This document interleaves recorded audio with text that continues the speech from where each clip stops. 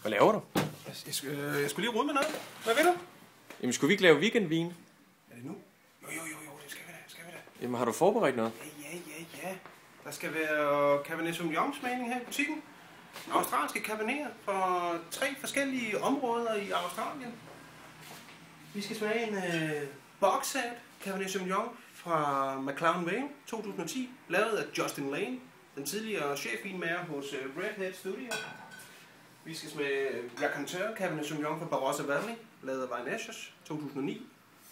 Og sidst men ikke mindst skal der smages en Kildevin Cabernet Sauvignon fra Langhorne Creek, og det er en 2009. Er der noget tilbud på dem? Ja, det er der, man sparer en helt del mønt på dem. Den her er sat ned fra 95 til 75 kroner her i weekend, så der sparer man 20.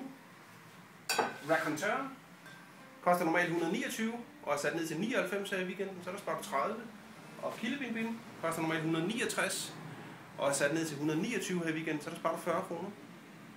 Skal man købe den alle tre? Nej, det kan man gøre, som man vil. Hvis du har lyst, kan du gøre det, men du kan også bare købe en enkelt. Men tjek dem ud på nettet og kom ned og smag.